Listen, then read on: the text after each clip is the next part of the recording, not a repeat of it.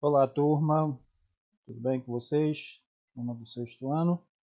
Bom, gente, eu estou gravando esse vídeo, né, porque infelizmente na última sexta-feira passada tivemos uma queda de energia, né, e não pudemos fazer a nossa aula de revisão, tá, do material do segundo bimestre, né, para a nossa prova bimestral agora que vai ocorrer na segunda-feira, tá? E aí eu vou passar, estou gravando aqui essa videoaula para vocês, tá certo?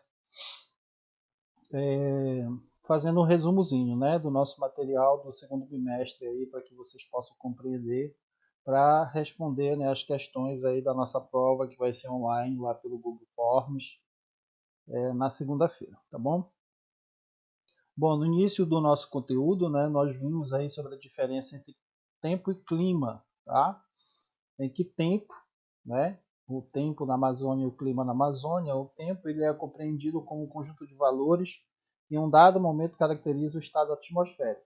Aí clima é uma sucessão habitual dos tipos de tempo no determinado lugar da superfície terrestre. Então, por exemplo, agora nesse exato momento, o nosso tempo, né, o tempo que está aqui no Laranjal do Jari, hoje sexta-feira, né, às 2 horas da tarde, o tempo ele está nublado, tá?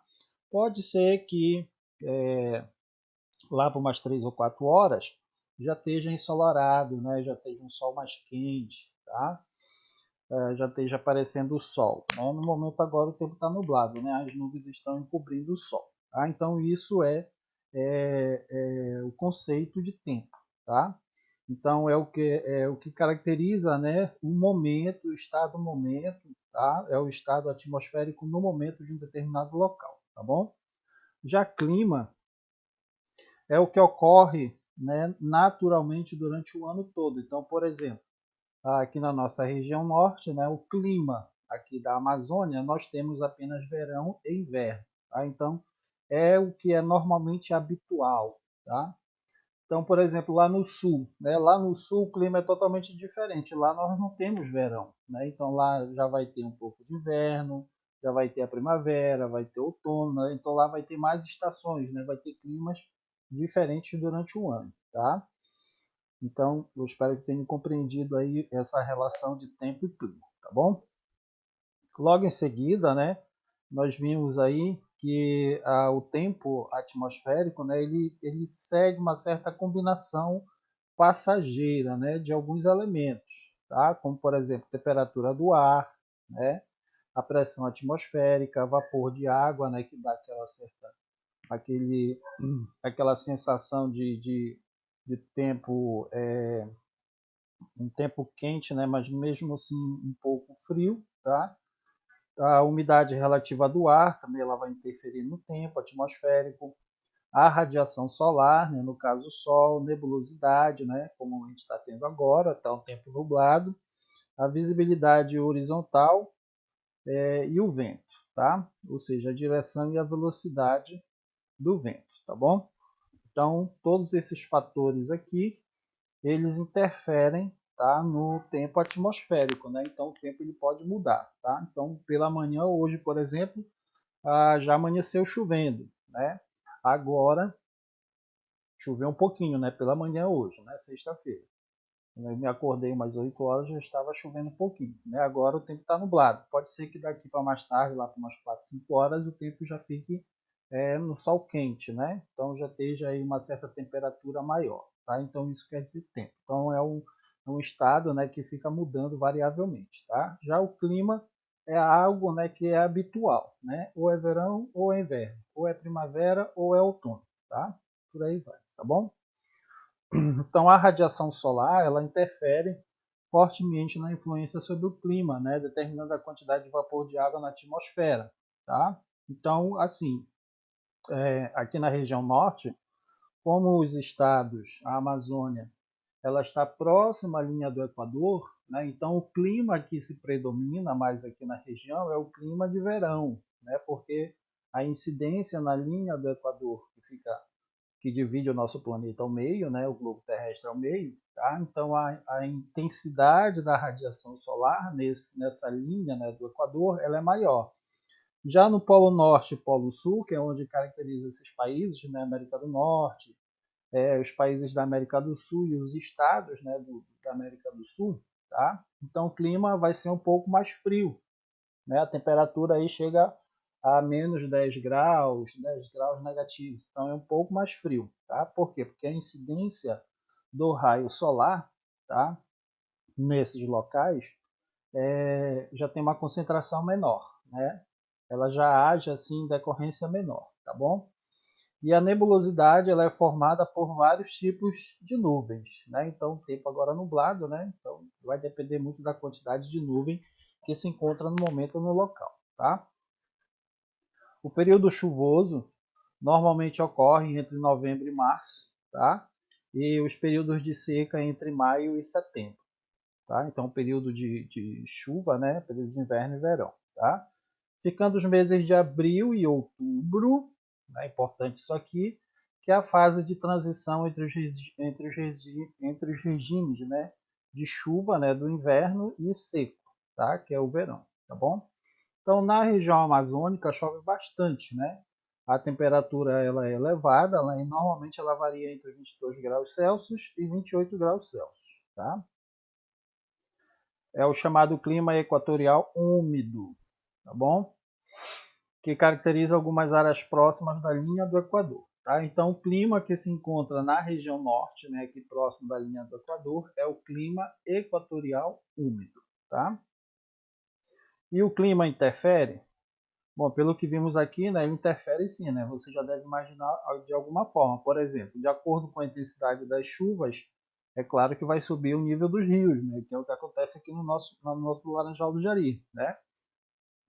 Conforme a quantidade de chuvas que ocorre no estado, né, principalmente na cabeceira, né, do Rio Jari, tá? Na ponta lá do Amapá, né, daqui do Laranjal, tá? Conforme a quantidade de chuvas que ocorrem lá ou aqui, né, é claro que os níveis do rio, o nível do rio ele vai subir, tá?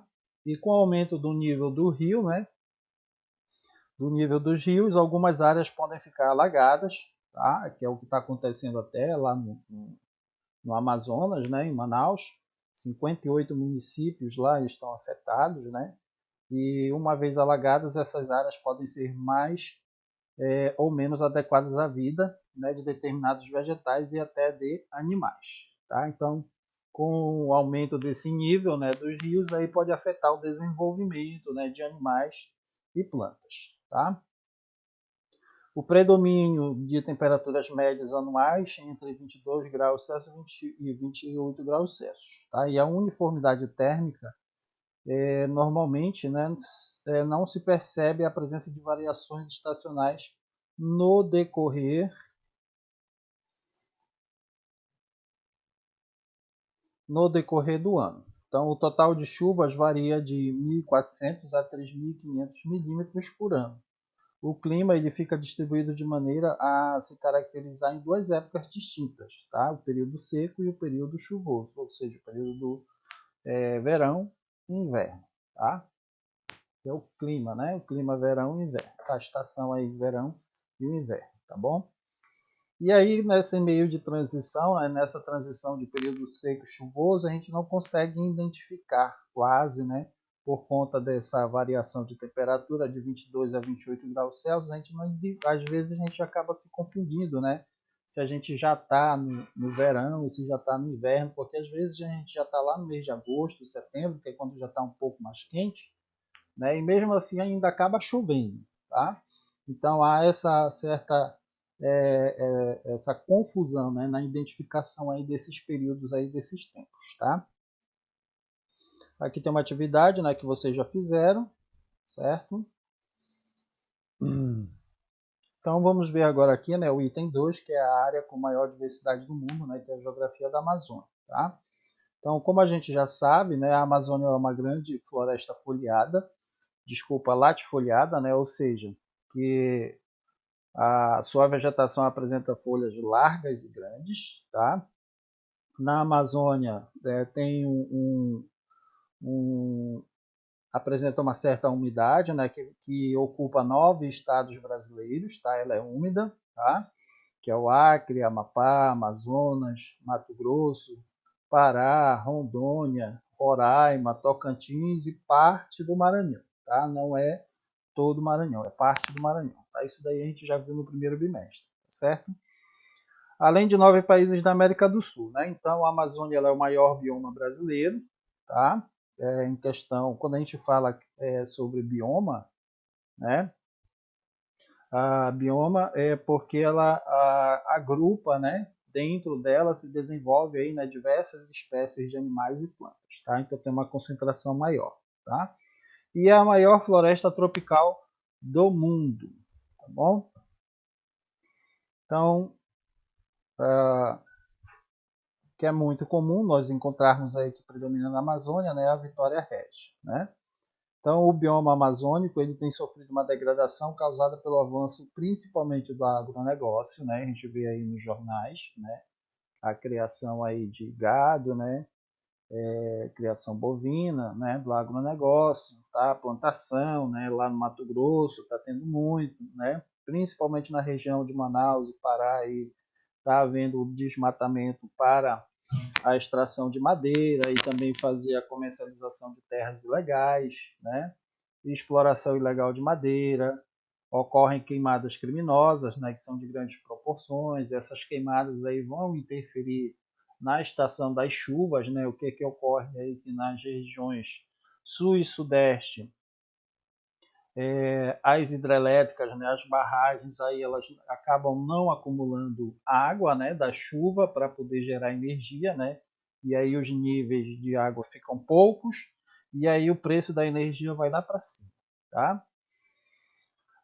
Então, para conter esse avanço, né, do desmatamento e promover o desenvolvimento sustentável, o governo brasileiro criou a Amazônia Legal. Apesar de ter criado a Amazônia Legal, né, ainda tem ainda muitas barreiras para poder barrar aí essa forma de degradação que está ocorrendo na Amazônia, tá? Que a cada ano, de mês a mês, aí a gente vê no jornal, tá? Que vem aumentando mais, tá? Hoje aumentou cerca de 24%, né, a mais, tá? Do que em relação ao ano passado.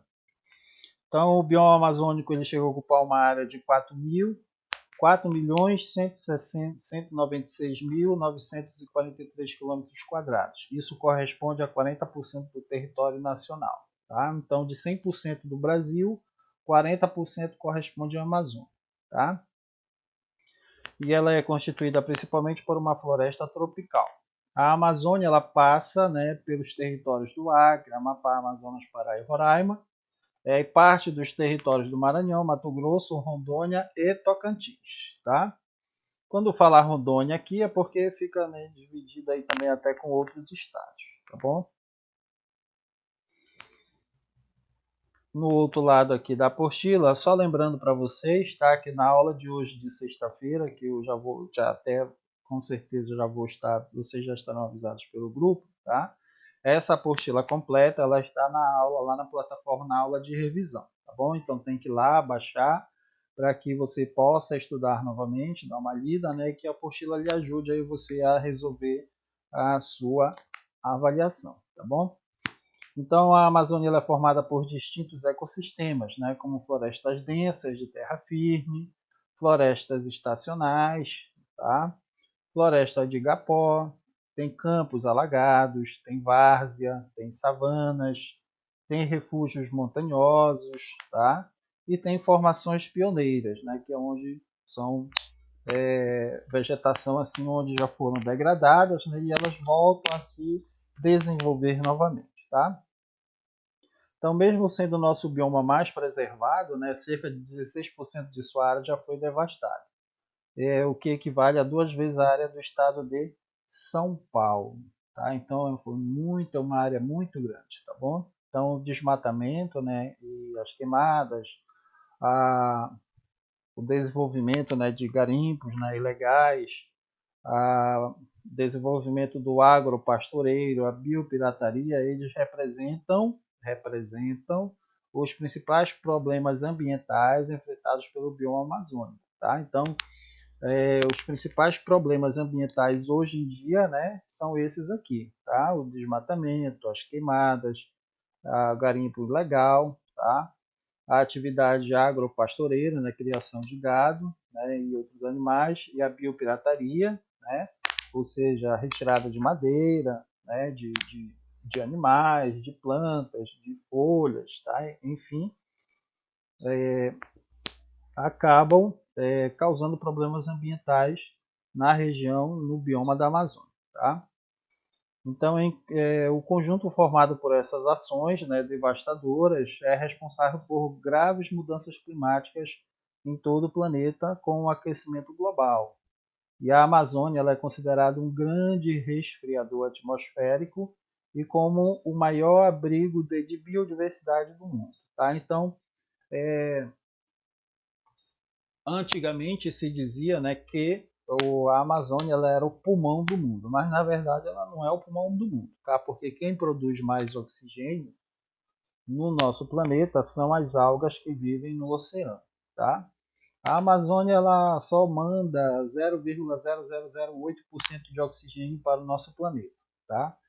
Na verdade, a Amazônia ela auxilia no clima, né? No clima do nosso planeta. Né? Por exemplo, ano passado houve um período de seca muito grande, né, muito extenso na região do Pantanal. Por quê? Porque teve um elevado nível de queimadas, né, de degradação na Amazônia, evitando assim que as chuvas que poderiam ser formadas pela Amazônia não caíssem nessas regiões, né, de São Paulo,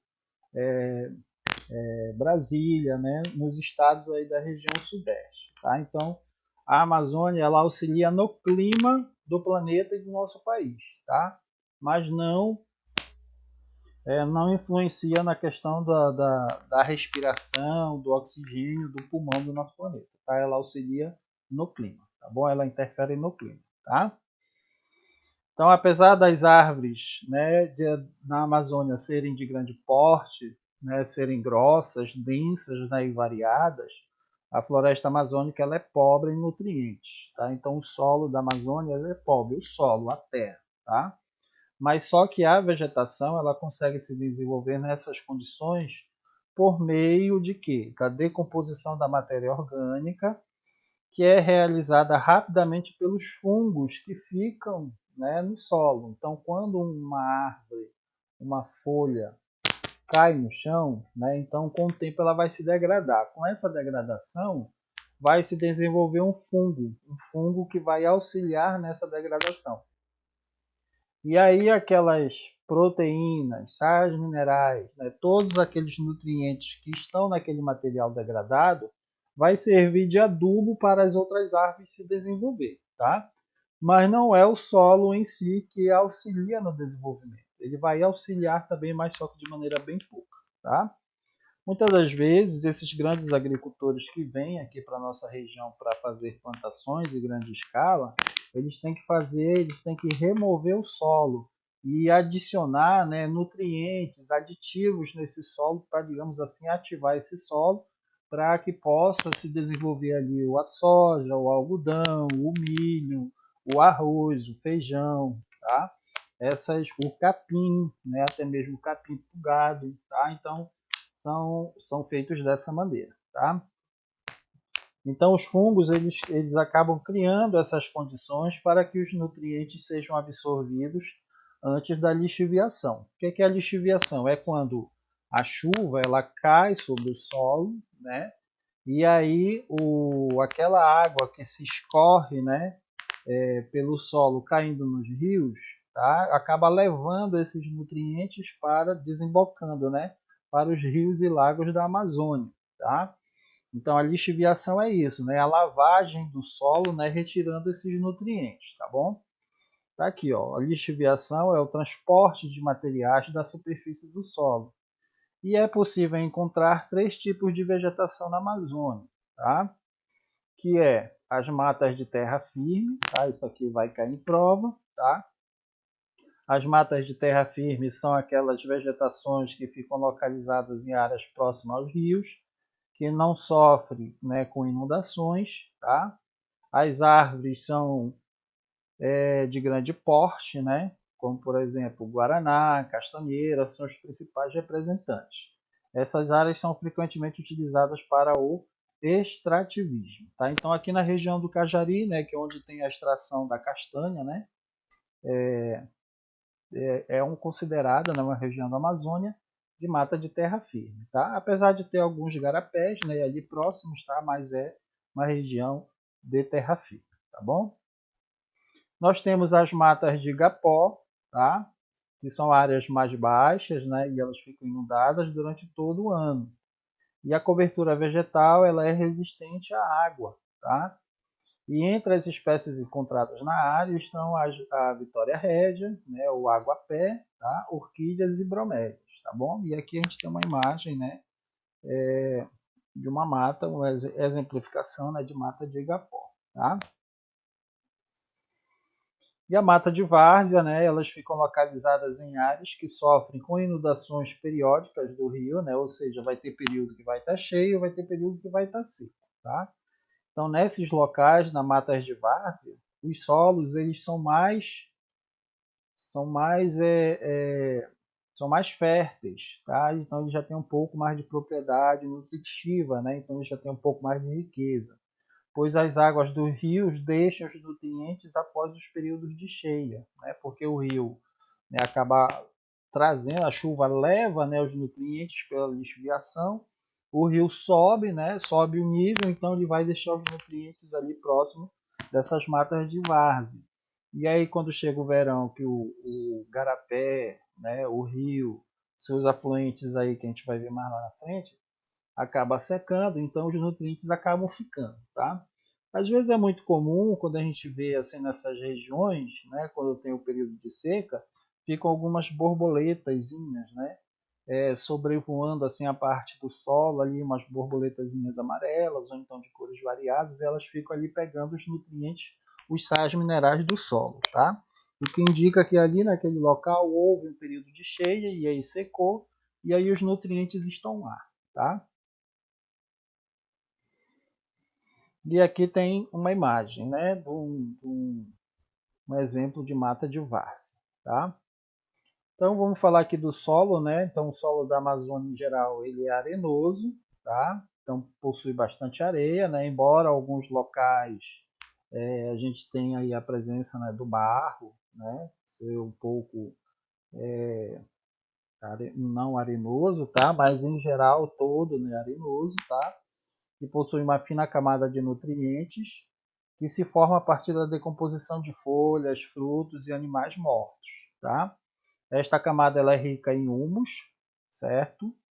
Que esse humus ele é uma matéria orgânica muito importante para algumas espécies de plantas da região, tá? Então toda essa camada, né, de decomposição de animais, folhas e plantas que ocorre no solo da Amazônia é chamado, né, de humus, tá? Então esse humus é a matéria orgânica, né, junto com os fungos que estão ali, né, auxiliando na decomposição e vai auxiliar no desenvolvimento de outras espécies de vegetal ou de planta, tá? Então toda essa matéria nutritiva, né, do solo da Amazônia pela decomposição, né, de animais e plantas, tá? É chamado de humus, tá bom? Então, em áreas desmatadas, por exemplo, as fortes chuvas, né, elas lavam o solo carregando todo esse humus, né, o nutriente. E é chamado de processo de lixiviação, o que vai deixar os solos amazônicos ainda mais pobres. Então, apenas 14% de todo o território da Amazônia ele pode ser considerado fértil para a agricultura. Está aqui, ó, quando a gente vê que o solo ele é fértil, ele tem humus, ele vai ter essa coloração um pouco mais escura, né? Vai ter um cheirinho, né? Vai ter um cheirinho ali de adubo, né? Um pouquinho de adubo, tá? A gente vai ter a presença aí de alguns insetos, minhocas, tá? Nem sempre onde tem minhoca significa que o solo ele é fértil, tá? Na verdade, a minhoca ela é um animal essencial, né, para o solo, porque ela faz algumas perfurações no solo, auxiliando na oxigenação do solo, tá? Essa é a função principal da minhoca, tá bom? Então, mas se apenas essa pequena parte é fértil, como é que existem árvores, tantas árvores, né? Então, aqui está um dos pontos essenciais para o equilíbrio desse ecossistema, né? Que nesse processo a camada de humus ele tem um papel fundamental. Além disso, aos poucos, os nutrientes que ficam presentes no solo eles são rapidamente absorvidos pelas raízes das árvores. E estas plantas, por sua vez, tornam a liberar nutrientes para o enriquecimento do solo. Trata-se de uma constante reciclagem de nutrientes. Tá? Aqui ao lado, né, nós vamos ver a parte do relevo. Tá? Então, na Amazônia, né, na região norte, aqui em toda a região da Amazônia, existe aí algumas diferenciações no nosso relevo. Tá? Como, por exemplo, né, o relevo da Amazônia, né, ele se compõe em planícies, em depressões e planaltos, tá bom? E aí a gente vai ver aqui alguns deles, né, alguns bem famosos, tá? Então as planícies, elas são constantemente inundadas pela água dos rios, as planícies, tá? E já na região de planaltos existem algumas serras, como as de Taperapecó, Imerim e Parimá, tá? Então ficam na Amazônia as formações de relevo mais baixas, tá? Que são planícies da Amazônia. Tá? Então o relevo mais baixo é chamado de planície da Amazônia.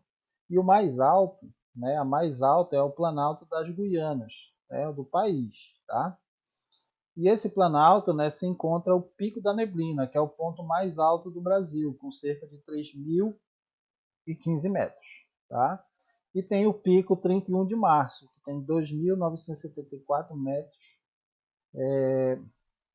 sem exceções, tá bom? E tem aqui a imagenzinha, né, do pico da neblina, que é o ponto mais alto, tá?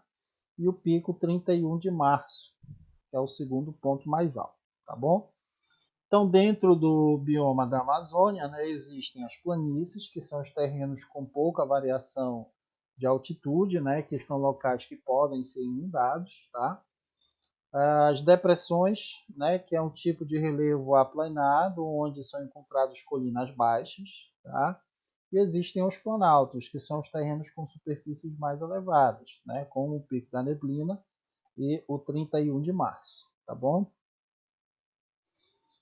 E aí, né, existem também outras denominações, né? Existem algumas categorias aí com relação a essas depressões, né? Conforme a sua altura, né? A sua classificação de altura, de tamanho, né? Altura e largura, tá? Então existe a depressão da Amazônia Ocidental, né? Onde ela se localiza, a depressão marginal norte da Amazônia, a depressão marginal sul da Amazônia, o Planalto da Amazônia Oriental e a planície do Rio Amazonas. Tá? O que nós vamos ver agora aqui, vamos falar um pouco sobre a água. Né? Dentro dessa água aí nós vamos ver os principais rios, tá? E os seus afluentes, né? Rios nacionais e internacionais aí que se encontram aí próximo no norte aqui, né, na Amazônia, tá bom? Então, a água ele é um importante componente em qualquer ecossistema. Tá? Então, para haver vida em qualquer local do planeta, tem que ter um pouco de água. E na Amazônia isso aqui tem muito, né? Tem até demais. Isso porque a água ela é essencial e fundamental para a vida. Tá? No caso da floresta amazônica, a água doce ela é bastante abundante. Ela trata-se da maior bacia hidrográfica do planeta. E o seu principal rio é o rio Amazonas, que ele possui mais de 1.000 afluentes. O que são afluentes? São rios menores que nele desaguam. Né? Então nós temos o rio principal, que é o rio Amazonas, e o que deságua sempre ao lado dele na margem esquerda ou direita são os rios menores, que são os rios afluentes. Ou seja, o rio Jari ele é um rio menor, né? Só que ele é afluente do rio Amazonas. Tá? O rio Amazonas ele é o mais largo do mundo, né? E também ele é grande responsável pelo desenvolvimento da floresta, tá? Então, durante todo o seu percurso, o rio Amazonas ele possui uma grande quantidade de afluentes. Os mais importantes são esses aqui, ó. Por exemplo, nós temos os internacionais, né? Que é o Alagua, o, o Caiali, Pastaza, o Rio Napo, que fica no Peru, tá? E os rios nacionais, né, que são os afluentes: Javari, Juruá, Purus, Rio Madeira, Rio Tapajós, Rio Xingu, Rio Içá, Rio Japurá, o Rio Negro, Rio Trombetas, Rio Paru e o Jari, tá? Que fica todos aqui no Brasil, tá bom? Então isso também, se eu não me engano, vai cair em prova, tá? Essas diferenças aí, quem é rio nacional e quem é rio internacional, tá? Fiquem espertos e ligados. Os rios, eles influenciam, né? Eles têm grande influência na vida dos animais e, como você já viu, também auxiliam no desenvolvimento vegetal, tá? Então, de uma forma geral, os rios eles são classificados de algumas formas, tá? Então, existem aqueles rios que são de águas barrentas, existem os que são de águas claras e os de águas pretas, tá? Os rios de águas pretas, eles são assim chamados, né, de águas pretas, porque eles nascem em terrenos de planície, tá? Que é um pouquinho mais elevado, e aí acabam carregando a areia e o humus que é o que está no solo, né, desses terrenos lá na planície, tá? Então, por exemplo, aqui, toda chuva, né, a gente está aqui no Agreste, né, um pouco mais alto, tudo que chove vai caindo lá no rio. Então, o que está no solo, né, vai caindo no rio e aí vai escurecendo o rio, tá? Então, o humus, ele é o grande responsável, o humus é o grande responsável pela cor escura das águas, tá? Então, lembrando, né, que o humus é toda aquela parte, né, aquela camada de decomposição, né, de animais e plantas que ocorrem no solo da Amazônia, tá? Então tudo que fica ali em decomposição vem a chuva e acaba carregando isso para dentro dos rios, deixando o rio mais escuro, tá? E o mais conhecido rio amazônico de águas pretas é o Rio Negro, tá? A coloração de água ela varia de acordo com as determinadas substâncias que podem ser encontradas nos rios. Então, os chamados rios de águas barrentas, tá? Como por exemplo o Rio Madeira, é um rio de água barrenta, e o Rio Amazonas, ele é um rio de água barrenta, né? Quando a gente vai daqui para Belém de Barco, quando nós saímos da boca do Jari, né, que a gente já entra na parte da foz do Rio Amazonas, né, que já é a liberação do Rio Amazonas para o oceano, tá? Quando a gente chega ali próximo à Ilha do Marajó, né, próximo de Gurupá e Breves, a gente já vê uma água mais amarela, mais barrenta, tá? Por que, que ela é mais barrenta? E o Rio Jari é mais escuro, tá?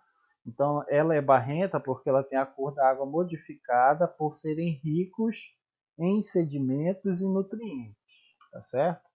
Então ela é daquela forma ali, daquela cor, né? Porque ela é rica em sedimentos e nutrientes. Não é à toa, né, que o Rio Amazonas ele tem uma maior quantidade de peixes, tá? De espécies de peixes, tá bom? Se a gente for ver aqui no rio, Rio Jari, né, nós temos também uma certa quantidade de peixes, tá? Mais de espécies, né, de peixes. Mas no Rio Amazonas existem muito mais, tem uma variedade muito maior de espécies de animais, né, no rio do que no próprio Rio Jari, tá bom? Então as águas de águas claras, né, que é uma outra denominação, né, classificação, como por exemplo o Rio Xingu, é de água clara, o Tapajós, o Trombetas, tá? Eles possuem muitos trechos de corredeiras e cachoeiras. E esses rios eles não banham tanto os terrenos ricos em nutrientes como os de água barrenta. Então, dessa forma, eles apresentam a água mais cristalina, tá? Então, as águas do rio Xingu, Tapajós, Trombetas, né, eles são classificados ou denominados de águas claras porque o curso desses rios acabam não banhando, né, lavando o solo onde tem esses nutrientes, né, esse humo, tá? E aí a água ela se torna mais cristalina, tá bom? Mas pessoal, ela não vai ter nutrientes para os animais sobreviverem, vai, mas só que a quantidade é muito menor, tá? Deixando a água muito mais cristalina, tá? E aí temos uma atividade também aqui e aqui do outro lado, né? Tem algumas atividades que faltam vocês fazerem, né? Eu vou colocar ainda na plataforma, tá? E para vocês poderem realizar, tá bom? Aí nós vamos ver agora aqui, que termina a atividade, o item 3, tá? Que é a parte dos rios, igarapés, furos e paranás, tá? Então, o que é um igarapé para você? Né? O igarapé ele é um curso de água da Amazônia, né? De primeira ou então de terceira ordem, tá? Ele é constituído por um braço longo de rio ou então de um canal, né? E existe um pequeno número na bacia amazônica que são caracterizados por pouca profundidade e por correrem quase que no interior da mata, tá? Então, isso é um igarapé. Então, a maioria dos igarapés, eles têm águas escuras, né? Aqui no Jari a gente tem muitos igarapés, né? Que são semelhantes às do Rio Negro, né? Que é um dos principais afluentes do Rio Amazonas, transportando poucos sedimentos. Eles são navegáveis, né, por pequenas embarcações e canoas e desempenham um importante papel como vias de transporte e comunicação. Tá? Então, essa é a função, né? Essa é a função, é a característica, né, de um igarapé. Tá? Ele é um afluente, né, do Rio Amazonas, né? Pode ser um afluente do Rio Amazonas. Normalmente tem água de cor escura, né? E pode, né, ser navegável, né, por algumas embarcações e canoas que vão desempenhar, né, um papel importante aí, no transporte e na comunicação dos ribeirinhos. Tá? Você sabe qual é a diferença entre furos e igarapés? Tá? Então existe, normalmente o pessoal que mora no interior, né, às vezes ele fala lá naquele furo, né? Às vezes as pessoas confundem, mas é furo ou é igarapé? Tá? Então os furos eles são canais com entrada e saída, enquanto os igarapés só tem entrada. Tá? Então se a gente tem aqui né, o furo é onde ele corta, né, um caminho, tá? De um rio, né, de um lado do rio ao outro, né? E aí no meio, digamos assim, a gente tem uma ilha, uma grande porção de terra com árvores, tá? Então isso que é um furo, né? Ele passa de um rio, de um afluente para o outro, tá? O igarapé não, ele só tem entrada, ele não vai ter um final, né? Ele não vai ter uma saída para um outro rio, tá? Então ele tem um certo limite, tá bom? Essa é a diferença, tá? Então o furo ele liga, né, um afluente, né, um rio ao outro. Já o igarapé não, ele não faz ligação, ele só tem entrada. Então o furo ele tem entrada e vai ter saída do outro lado, tá? O significado de Paraná é o mesmo que braço de rio caudaloso, que ele fica separado por uma série de ilhas ou um canal que liga dois rios, tá? Os rios amazônicos eles são diferentes quanto à qualidade de suas águas e sua geomorfologia. Os principais rios que se baseiam na coloração de suas águas são o de água preta, né, que é o Rio Negro, tá? O de água clara, né, o principal Tapajós, e o de água barrenta, né, que é o Rio Solimões e o Rio Amazonas, tá? Que lá na próxima ali de Manaus, né, a gente vê essa confluência, né, esse encontro, né, do Rio Solimões com o Rio Negro, né, que é lá próximo de Manaus. Né? A gente vê aquela linha divisória, né, que é do Rio Negro com o Rio Solimões, tá? Então, os rios de água preta eles apresentam a coloração devido à presença de ácidos úmicos, né, e fúlvicos resultantes da decomposição incompleta do humus no solo. Já os rios de água clara têm suas cabeceiras nos escudos cristalinos, né, pré-cambrianos, tá? Drenam nos solos, né, muito intemperizados, né, suas águas não são tão ácidas e a carga de material em suspensão é pequena, tornando suas águas claras. Tá? Então, os rios barrentos eles originam-se em regiões montanhosas, como por exemplo na Cordilheira dos Andes, e acabam carregando, né, elevadas quantidades de material em suspensão, garantindo uma coloração amarronzada. Tá?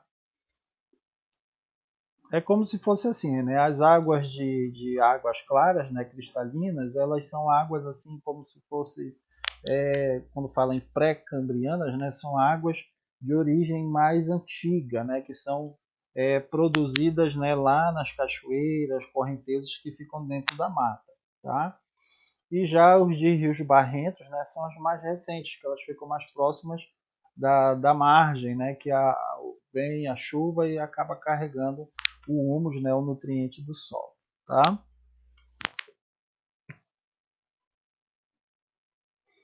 Então, os principais rios que fazem parte da hidrografia da Amazônia nós temos, né, o rio Araguaia, né, ele tem 2.627 quilômetros de extensão. O rio Araguaia ele nasce na divisa dos estados do Mato Grosso e do Tocantins, e ele acaba desaguando na margem esquerda do Tocantins, do estado do Tocantins, tá? Então, na época de estiagem, aparecem inúmeras praias, né? Tá aqui, ó, praias. O rio ele oferece também uma grande variedade de peixes, tá?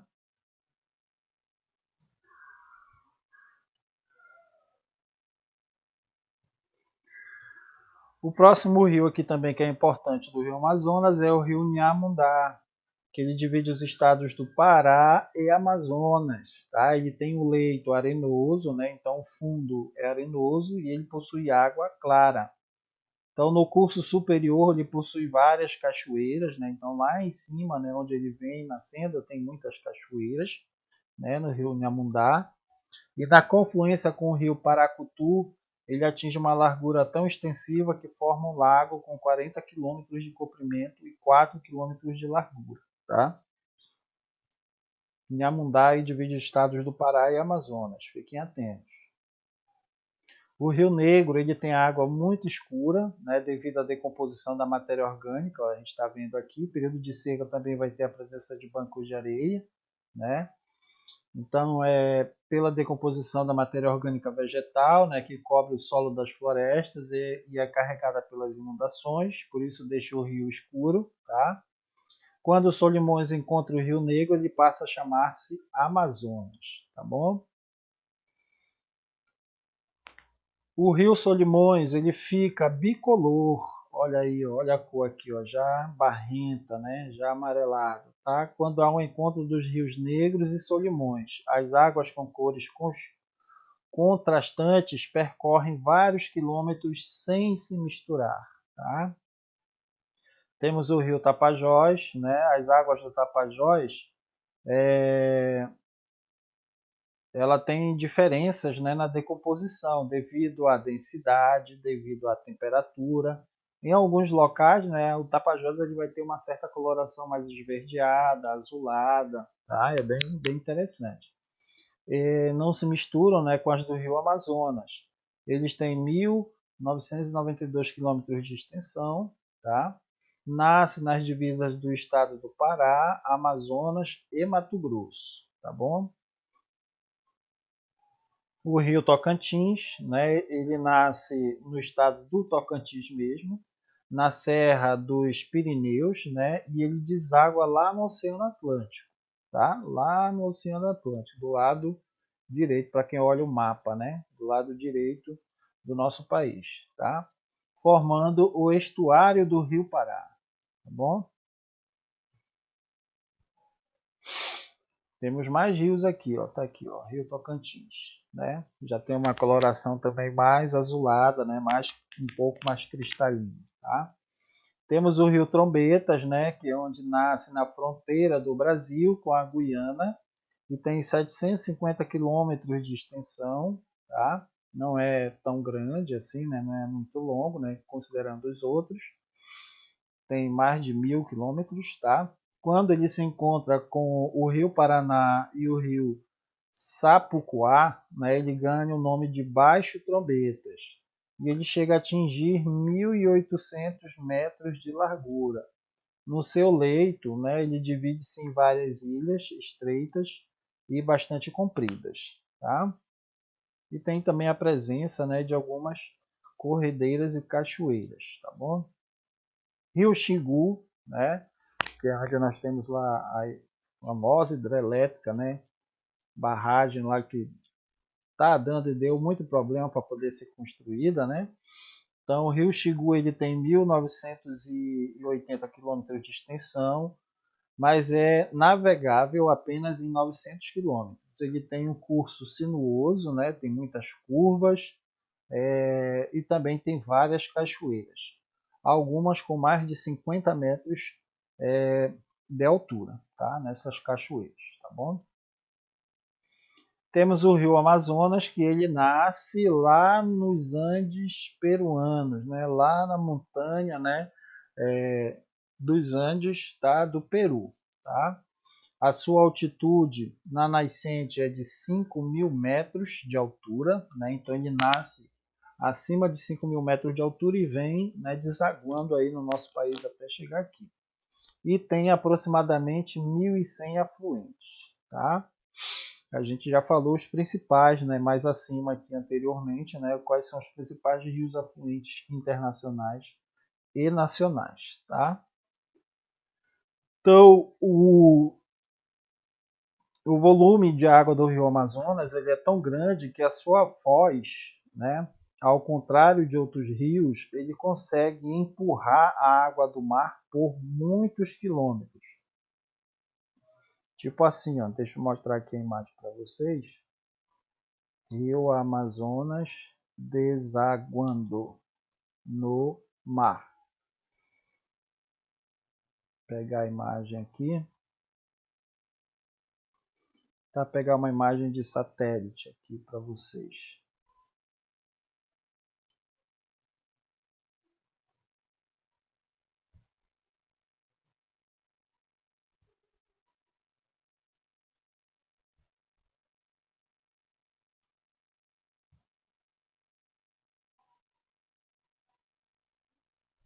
Vou ver se eu acho uma imagem aqui bem.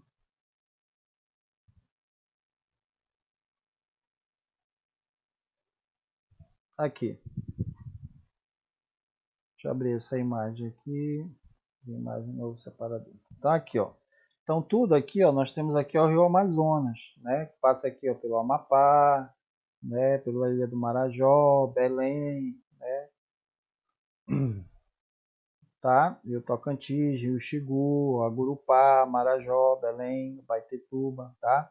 Então, aonde está essa faixa amarelada aqui, né, onde ele acaba desaguando, né? Então, ele deságua no mar. E toda essa coloração aqui, ó, o Rio Amazonas, ele empurra a água do oceano, né? E não deixa essa água do oceano chegar aqui até ao Marajó, ao Belém do Pará, né? O Rio Araguari, tá? No Amapá, tá bom? Então, o Rio Amazonas tem essa força, né?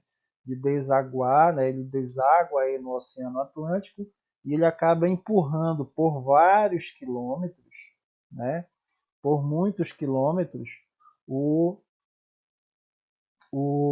a água do mar, né, a água do oceano. Tá? É isso aqui que eu queria mostrar para vocês compreenderem. Tá bom? Então, o Oceano Atlântico, né, ele só consegue reverter isso durante a lua nova, quando finalmente vence, né, a resistência do rio. E aí é quando ocorre, principalmente, né, aquilo que nós chamamos de que acontecia ali no Rio Araguari e alguns locais, né? A pororoca, tá? Quando é que ocorre a pororoca? É quando a água do mar ele consegue vencer a força do rio Amazonas ou então dos seus afluentes, né? Então aí a água do oceano ele entra com força provocando essas ondas, né? Essas ondulações, tá? Então, o choque entre as águas provoca ondas que podem alcançar até 5 metros de altura, avançando o rio adentro. Este choque das águas tem uma força tão grande que é capaz de derrubar árvores, né, e modificar o leito do rio. Tem até um vídeo famoso, né, um meme, né, daquele ativista, né, da SBT, aquele repórter lá, né, que ele vai nas matas, né, atrás de animais e tudo, ele vai visitar uma comunidade ribeirinha para filmar essa pororoca, o Richard, né? E aí quando a pororoca vem, ele pega, ele tem que sair correndo. Corre, Richard, corre, Richard. Ele sai correndo e a pororoca acaba pegando ele um pouquinho, né? Na margem lá do rio, tá?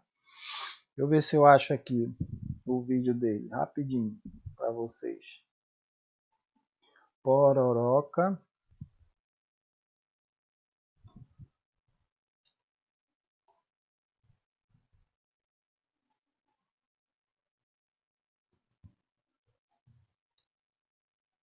Aqui, Pororoca Richard Rasmussen. Tá aqui o vídeo. Vê se passa aqui para vocês. Deixa eu fechar aqui. Vídeo.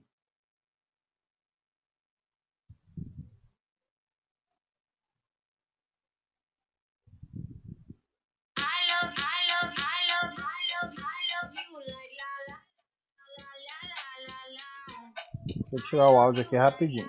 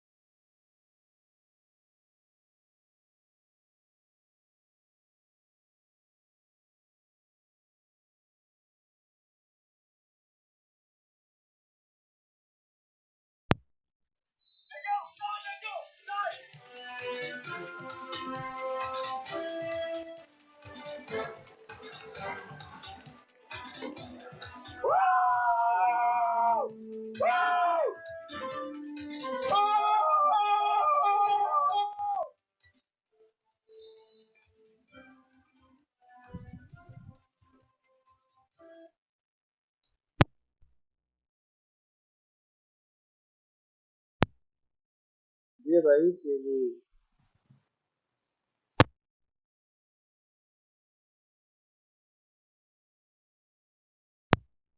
perceberam aí que ele teve que correr quando a onda da Pororoca chegou? Pois é, entendeu? Então, essa é a força, né, da água do mar, né, do Oceano Atlântico sobre o rio Amazonas, tá? Então,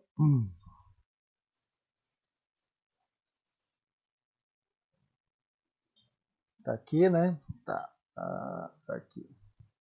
Então é no rio Amazonas, né, que acontece um curioso fenômeno na natureza, né, que é a pororoca, tá?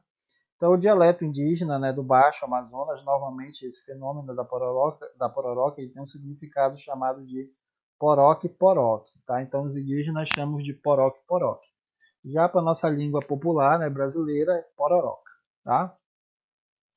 Que significa destruidor, né? Que por onde a onda passa vai levando tudo, né? Levando barco, árvore, casas, que tiver pela frente está levando, tá? Então, embora a pororoca aconteça todos os dias, né? O período de maior intensidade no Brasil acontece entre janeiro e maio, tá?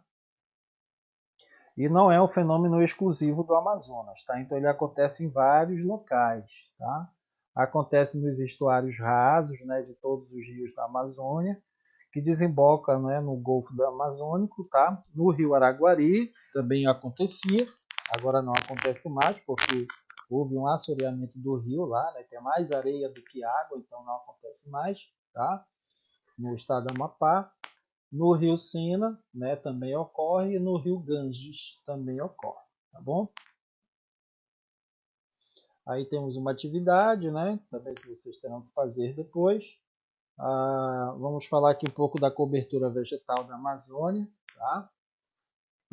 Que é a continuação do assunto. Então, toda a floresta amazônica, né, ela corresponde a 40% do território brasileiro, né, que já foi explicado. Abrange os territórios internacionais, né, como Venezuela, Colômbia, Bolívia, Equador, Suriname, Guiana e Guiana Francesa. No Brasil, né, a cobertura vegetal passa pelos estados do Amazonas, Amapá, Pará, Acre, Roraima e Rondônia, tá? Parte do Mato Grosso, né, ao norte, né, do Mato Grosso e oeste do Maranhão, tá? Então, a vegetação da Amazônia fica ao norte, né, um pedaço aí no norte do Mato Grosso e na faixa oeste do estado do Maranhão, tá? Amazonas, Amapá, Pará, Acre, Roraima e Rondônia é 100%, né, da totalidade aí desses estados é cobertura vegetal da Amazônia, tá? Então, apesar dessa aparência, né, de homogeneidade da floresta amazônica, ela possui distinções quanto à formação vegetal, que varia de acordo com a altitude do relevo. Em razão disso, a Amazônia é classificada em 4 tipos de, de formação vegetal. Tá? Nós temos a mata de igapó, mata de várzea, mata de terra firme e floresta semiúmida. Tá? A cobertura vegetal da Amazônia ela é composta por plantas do tipo latifoliadas, né, e perennifólias, tá? Ou seja, que possui folhas grossas e que não cai em nenhum período do ano. Tá? Então, sempre ela vai estar ali verdinha, né? Ela sempre tem ali aquela composição verde. Tá? Então, perennifólias, né, são plantas, né, que têm aquela certa resistência de não deixar cair as suas folhas por completo. Tá? Então, a floresta em questão, aparentemente, ela é homogênea. Né? No entanto, são identificadas certas particularidades vegetativas, que além do relevo no qual está estabelecida, tá? A floresta amazônica ela é dividida e classificada em mata de igapó, mata de várzea e mata de terra firme. Nós já vimos mais em cima, né? Que a mata de igapó, né, são matas que compreende uma cobertura vegetal, né, que ocorre em áreas de relevo suave, né, nas planícies. Elas ficam às margens dos rios, né, e elas sofrem inundações frequentemente, tá? Normalmente, né, essa mata de igapó ela possui um aspecto de difícil acesso, né, devido à incidência de árvores baixas, que não supera 20 metros de altura, né? Nas matas de igapó também vai ter muitos cipós, vai ter plantas epífitas. O que são plantas epífitas? São plantas que crescem, né, na copa ou então no tronco de outras árvores. Tá? E também vai ter a presença na mata de igapó plantas aquáticas. Tá? Mata de várzea, né, ela se estabelece em áreas um pouco mais elevadas das planícies, né, dessa forma sofre inundações. No entanto, essas inundações são ocasionais. Tá? Então vai ter momento que sim, momento que não, que vai estar inundado na mata de várzea. Tá?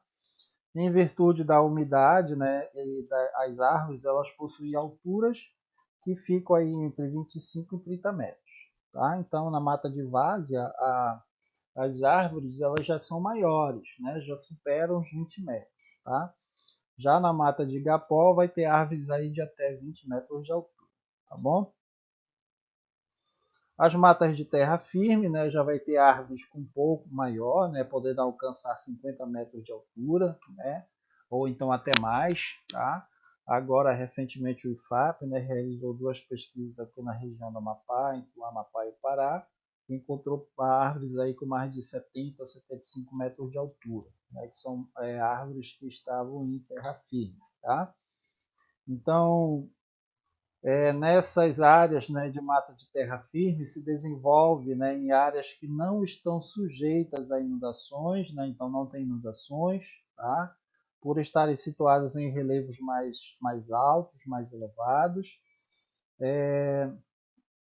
Nessa característica, né, de ter um relevo mais elevado, favorece a proliferação de árvores de grande porte, podendo alcançar até 50 metros de altura.